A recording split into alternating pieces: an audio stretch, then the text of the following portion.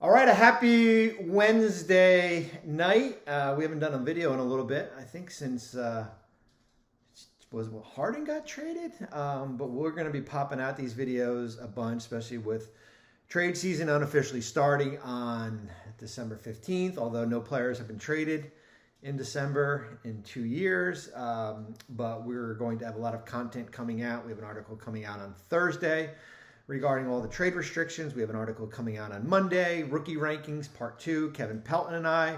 We have an article coming out during the week, next week, as far as roster questions that teams have to ask. We've got the trade guides in January. I'm heading up to the G League Showcase, which is a 3-hour ride to Orlando. It's basically the NBA winter meetings. Yes, I am in my office, a different angle that we are giving you here. I just hosted a webinar for Sports Business Classroom for people who are trying to get certified through the Players Association. We just did an hour-and-a-half webinar getting ready to take that agent certification test, which is in January. We have our CBA 101 that through Sports Business Classroom that you can download. And so I tried to do something different, and this is the angle that we did. But yes, I am in my office. You can see my camera behind me, which is for ESPN. I have lighting. I have a big TV here. It's ironic. We've done 2 of these webinars, and both times Draymond Green was suspended during them. The first one was 5 games. This one was indefinitely. I tried to stay somewhat mum on this and just kind of figure out where this direction was going to go with Draymond. And I've watched all day. I saw Perk say 25 games. I saw Jay Will say 20 to 25 games. It was hard to read. I thought it would be 5 games based on circumstances, which was a little bit different, I thought, than the Gobert situation, which I thought was reckless. I might have kind of given more for that, compared to, I guess, what Draymond says. It was a basketball player and he was swinging his arm, but he knocked Nurkic out. I thought it was a little bit different. I saw Wendy, who's terrific, go on and basically give the Draymond multiplier based on, hey, if this was a guy who got a flagrant 2 and he got 2 games, do you multiply it by 3, give you 6 games for Draymond? I don't think there was any right or wrong answer. I think certainly we all have opinions, and we live in America, the greatest country, and we can give opinions as far as what was going to happen with Draymond. Comes out, of course, I'm doing the webinar, Woj tweets, indefinitely, and then like the wheels start in motion here. Malika's calling me. I'm like, I can't talk. I'm trying to teach a class. But so what does indefinitely mean here? We certainly saw Ja Morant indefinitely turned into 8 games. I think when you're certainly, and as Woj has said, Rich Paul, Joe Dumars, I was going to say Bob Myers, Mike Dunleavy Jr., all going to meet and figure out, like, how does Draymond Green control his emotions?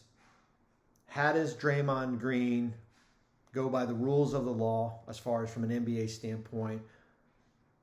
He didn't help himself after the game last night with his press conference. Wendy said he probably should have added 2 more games to it. I kind of agree to him.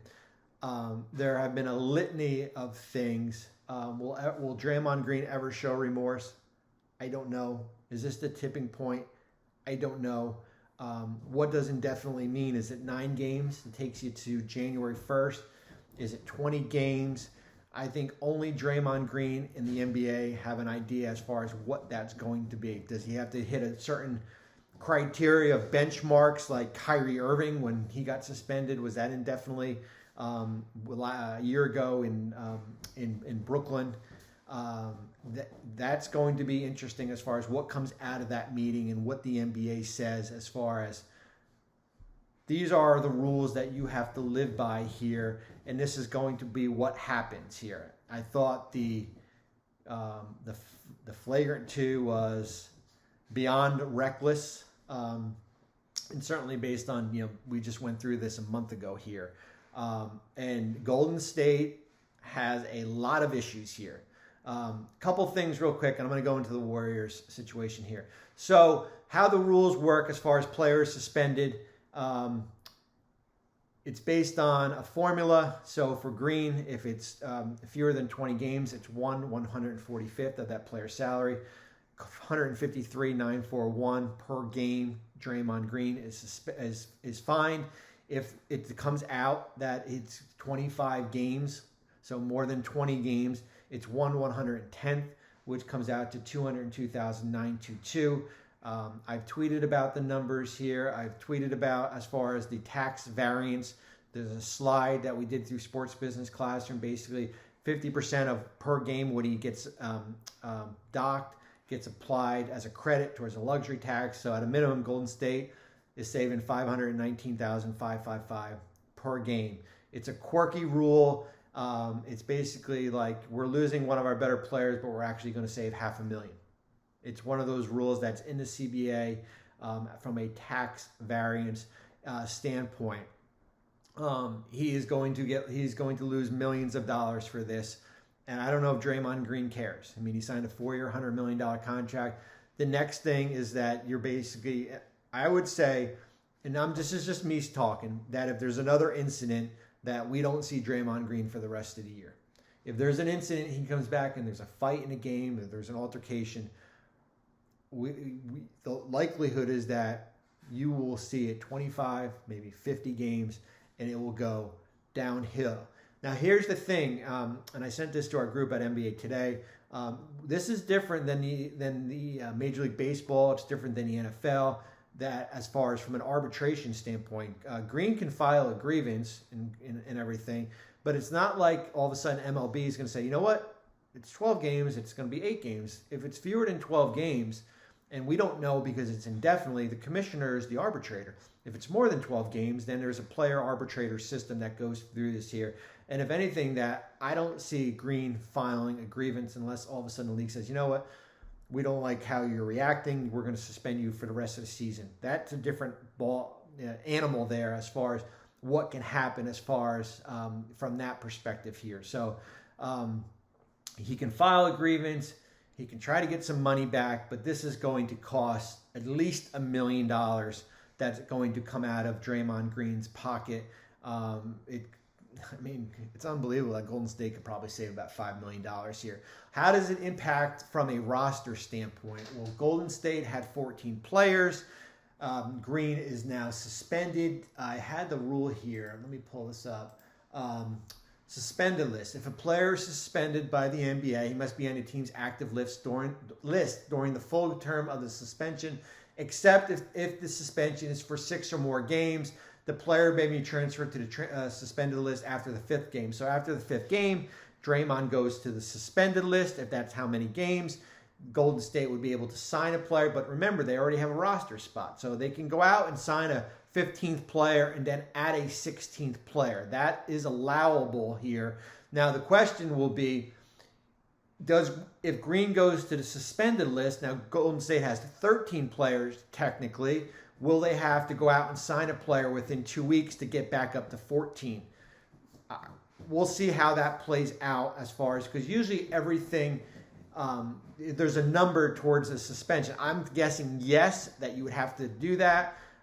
Let's say he's suspended. We get to that 5th game. He goes to the transfer list, and all of a sudden the clock starts as far as 2 weeks to go out and sign a player. I think if you're Golden State, you got 13 players under contract. Gary Payton's still out. You would want to go out and you sign a player, a 14th player or a 15th player based on Green going over to the suspended list. You can start signing players to 10-day contracts January 5th. Players' contracts become guaranteed January 7th. So you've got a small window as far as how to go about and do that here. So that's kind of a roster minutia.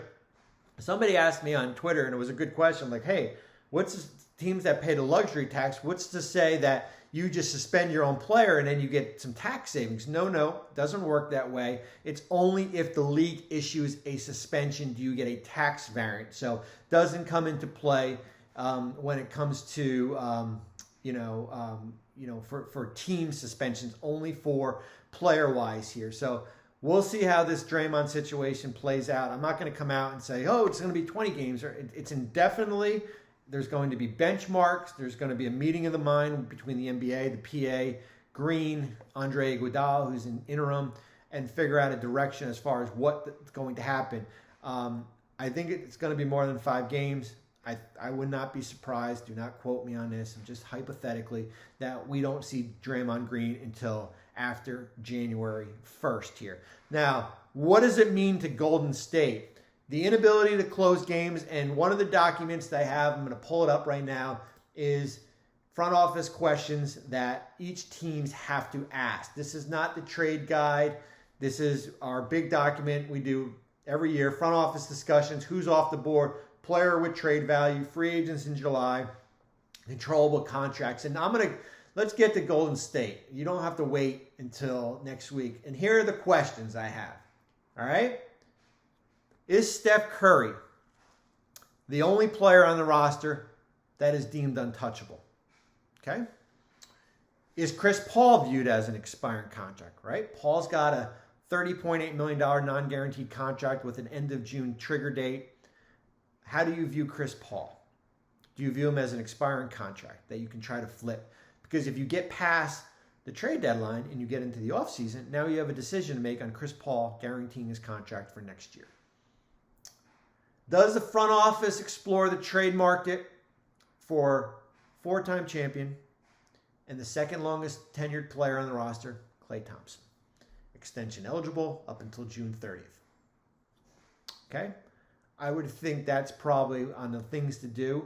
That's more of on the back burner unless things really go off the rails.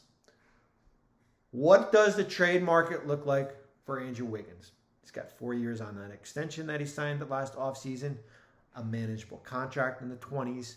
Has not been good this year. Thompson and Wiggins benched in the Phoenix game.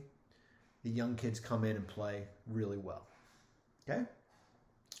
If you do trade Wiggins, are there playable expiring contracts on the trade market that will allow you to compete both this season and in the 2024 free agent market? So basically you have Curry and Green under contract, some flexibility based on what happens with Klay Thompson.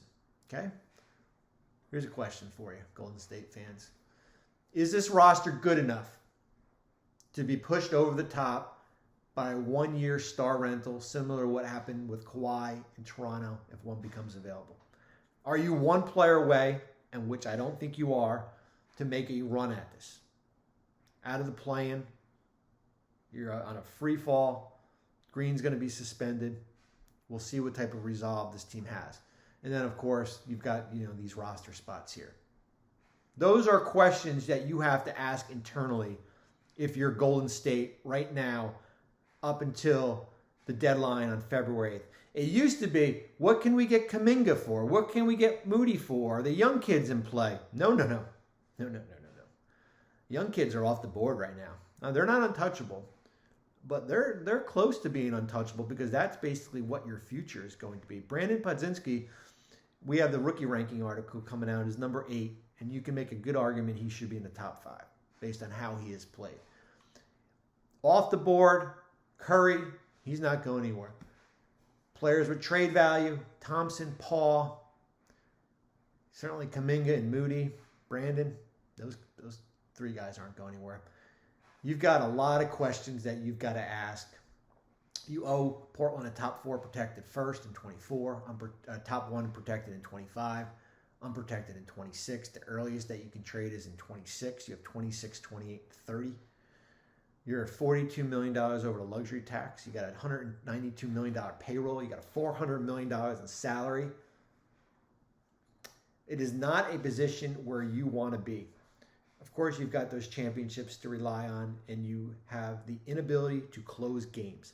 That has been your Achilles in Golden State here. So that is the synopsis on your Golden State Warriors here as far as what you do for this roster. And there's got to be a meeting of the mind, and you're not going to go out and add players and spend more money to be the 10th seed in the play-in and just sneak in and hopefully you can win a play-in game and get to be the 8th seed and maybe you get Minnesota. I don't think that's the direction Golden State's going to go. But a lot of questions here. It certainly starts with Green, who's suspended indefinitely. We'll see how many games it's going to be. We'll see if there's a rally around this. I can't answer that for you. That's it. 15 minutes. Hopefully everyone has a great night, and we will talk soon. Wanna try to boast at what I look like, Pick them James, how they wear, I pull up long range. Jimmy with the heat, I'm on fire. It's NBA on ESPN time.